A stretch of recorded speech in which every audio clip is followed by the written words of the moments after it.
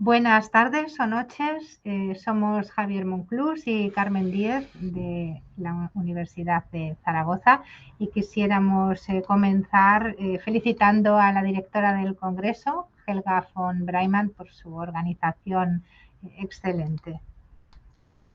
Bien, el punto de partida de nuestra comunicación es el debate que se desarrolla durante las últimas décadas del siglo XX sobre los proyectos urbanos y la morfología urbana. Desde mediados de la década de los 70 y hasta los 90 emerge una nueva generación de proyectos urbanos llamados de escala intermedia. A pesar de que son todos diferentes, se pueden encontrar algunos rasgos comunes, especialmente en lo que se refiere a esa búsqueda de un urbanismo cualitativo. Para entender algunos puntos clave de ese tema, nos ha parecido interesante analizar la obra de algunos arquitectos que muestran una decidida voluntad de reunificar arquitectura y urbanismo. En nuestra comunicación y en la presentación ponemos el foco en las aportaciones de dos arquitectos españoles, Rafael Moneo, Manuel de Sola Morales.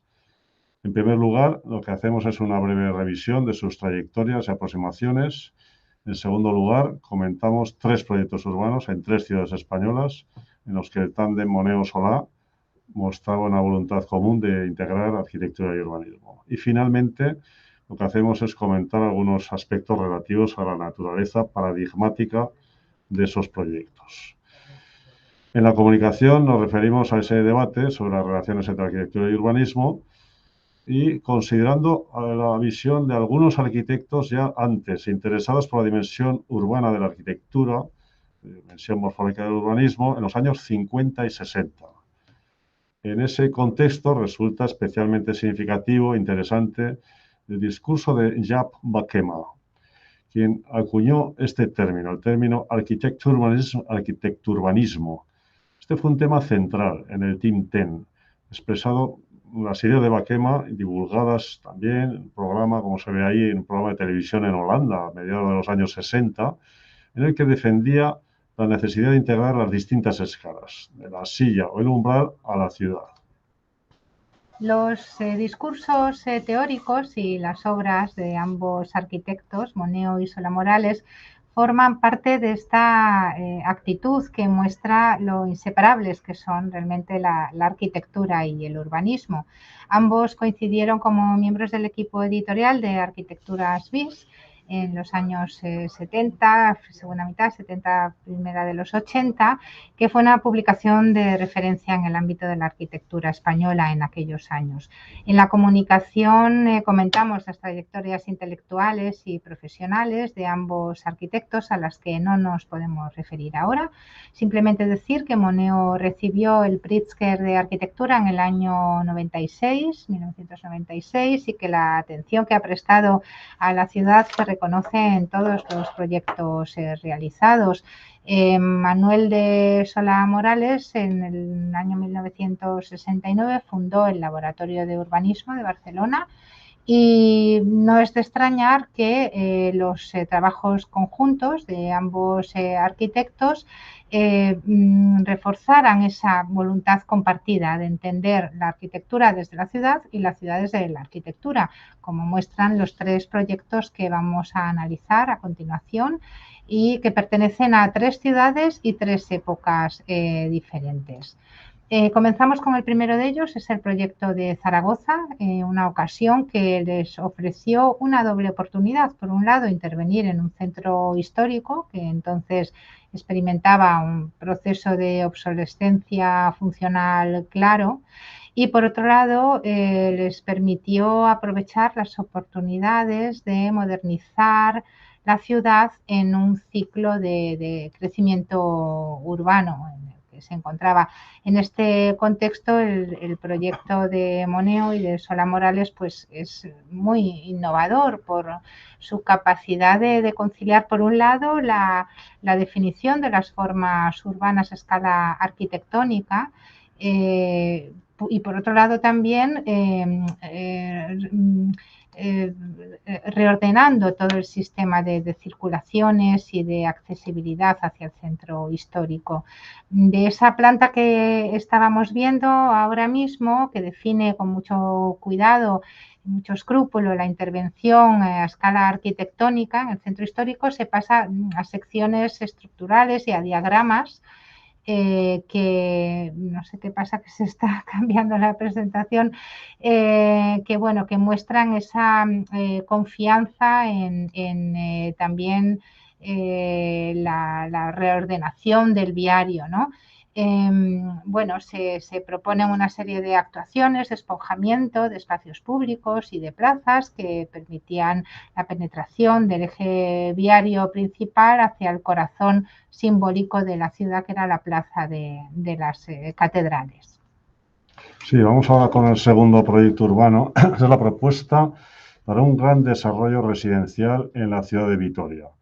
Mientras el proyecto de Zaragoza es paradigmático en el debate de los años 60 sobre la intervención en los centros históricos, en el proyecto de Vitoria se hace eco del renovado interés teórico por el tema de la vivienda colectiva que surge a raíz de la generalización de las críticas a los decepcionantes resultados de los conjuntos residenciales modernos.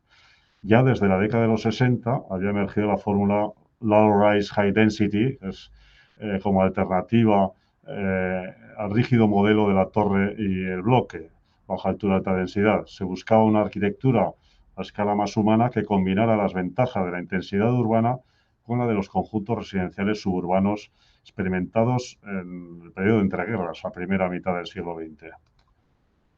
Moneo y Solá Morales afrontan el tema del desarrollo urbano residencial como cuestión teórica, explorando posibles nuevos modelos que matizan los de los Garden Suburbs, las Siedlungen de la tradición moderna.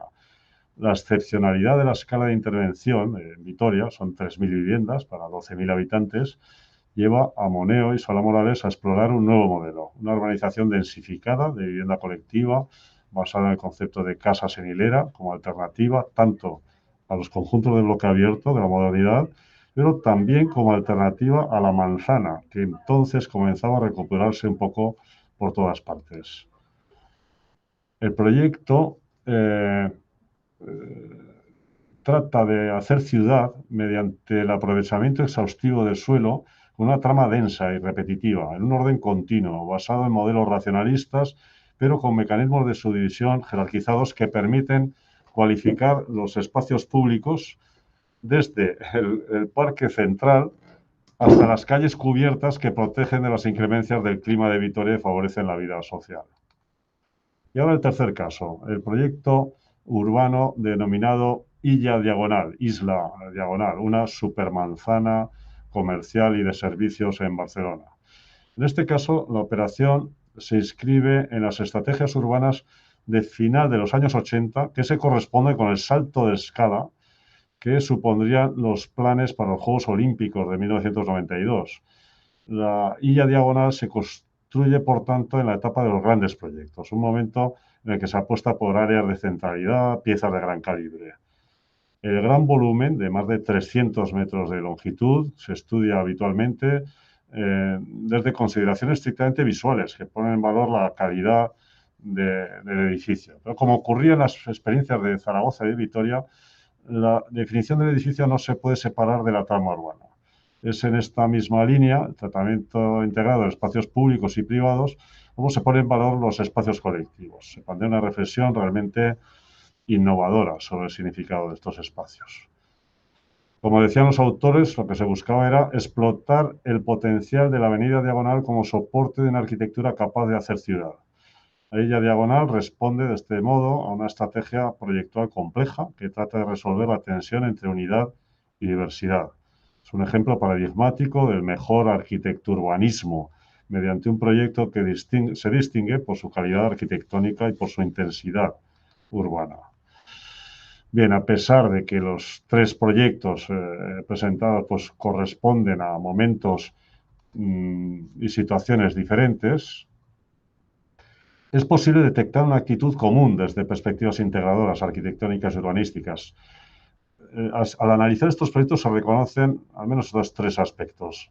Por un lado, la atención a las formas urbanas desde la preocupación por la calidad arquitectónica como punto de partida en todos los proyectos. Por otro, la consideración de variables urbanas a distintas escalas, de las infraestructuras a la edificación, de forma integrada. Esto está en la base de los tres proyectos. Y por último, la importancia que se concede en los tres proyectos a espacios públicos y colectivos como vertebradores de las piezas urbanas. Bien, pues esto es todo. Muchas gracias por su atención. Gracias.